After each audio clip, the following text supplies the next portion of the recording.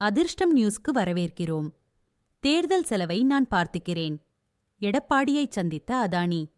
என்ன நடந்தது? வரக்கூடிய சட்டமன்ற தேர்தல்ல எப்படியாவது ஜெயிக்கணும் அப்படிங்கிறது அமித் ஷாவோட எண்ணம். பைஜெந்த் மாண்டாவை இங்கு அனுப்புனதோடு மட்டுமில்லாமல் உடனே பியூஷ் கோயல் அது இல்லாம 2 ஒன்றிய அமைச்சர்களை இங்க பொறுப்பாளர்களா போட்டிருக்கிறாங்க. இப்படிப்பட்ட சூழ்நிலையில எடுத்த கருத்து கணிப்புல திமுக பணத்தை அதிகமா செலவு பண்ண போறாங்க, பல ஊர்கள்ல வெளுத்து வாங்க போறாங்க அப்படின்னு அமித் ஷாவுக்கு தகவல் வந்திருக்காம். அதிமுக இந்த தடவை பெரிய அளவுக்கு செலவு பண்ணணும். ஏன்னா 5 வருடங்கள் ஆட்சியில இல்லாததுனால அதிமுகவுல செலவு பண்றதுக்கு கஷ்டமா இருக்கு. எடப்பாடிதான் பங்குக்கு அவரே பணத்தை எடுத்து செலவு பண்ண போறாரு. இப்படிப்பட்ட சூழ்நிலையில இது பத்தாது அப்படிங்கறதுனால அதானி கிட்ட அமித் ஷா கொஞ்சம் செலவு பண்ண சொல்லி கேட்டிருக்கிறாராம்.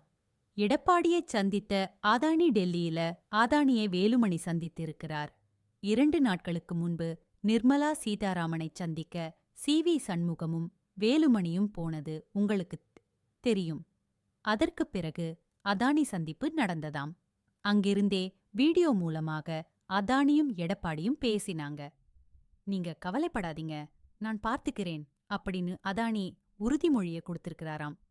அதானி உறுதிமொழி கொடுத்ததுனால இன்னைக்கே அதிமுக ரொம்ப குஷியா இருக்காங்களாம். இன்னொரு பக்கம் திமுக எல்லா தொகுதிகளுக்கும் பணத்தை அனுப்பிட்டாங்க.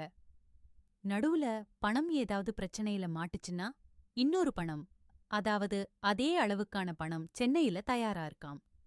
இப்படி பணத்தை அள்ளித்தெளிக்கிறதுல 2 கட்சிகளும் போட்டி போட்டுட்டு இருக்கிறாங்க. யாரு முந்த போறாங்கன்னு தெரியல. ஆனாலும் அதிமுகவுல இவ்வளவு பசை பணம் வச்சிருந்தாதான் சீட், திமுகவுலையும் இவ்வளவு பசை வச்சிருந்தாதான் சீட்.